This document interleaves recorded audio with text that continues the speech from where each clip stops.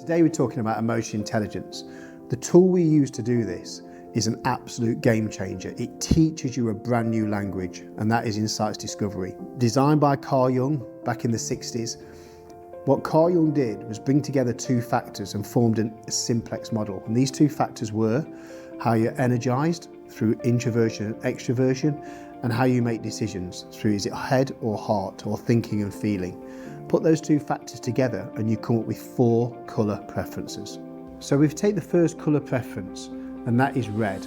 Now red is a combination between extroversion, I'm externally stimulated by the environment and that's how I get my energy, and I make decisions based on my logic. I know the best way of doing some stuff. So someone with a red preference will often be seen as quite dogmatic or quite driven and vocal about it as well, and we can all think about people like that, the Alan Sugars of this world.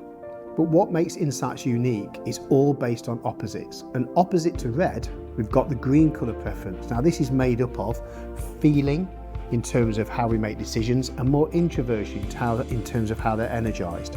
So with that green energy, they're looking into your eyes, they're looking at your body language to see how much you care about them, how much you care about others.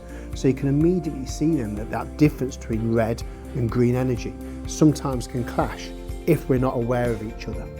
The next preference we'll talk about is yellow. Now this is extroverted feeling. These individuals that kind of walk into a room and you know they're there, very much like an emotional windsock. They'll kind of feed off others and they'll want to be part of things, and they'll just be kind of giving energy to that room. Conversely, when they're not in a good place, they can draw energy from a room. So at yellow energy, extrovert, feeler, really powerful. They need to be involved in any decisions you're making within that office. And finally, we have that blue preference. That wonderful preference that looks after us all, that introverted thinking, that logical individual, that accountant, that coder, that person who kind of protects us. That individual is happy to have a detail, happy to have an email with a good attachment. Okay, they don't like to be hugged too much, but you know, occasionally it's not really a bad thing to do. But that's that blue preference. But again, you can see the clash that they could have between blue and yellow. And again, we need to understand that. So if I was to summarise then how we best communicate with those 4 preferences, it's a bit like this. With red energy, it's be bright, be brief, be gone.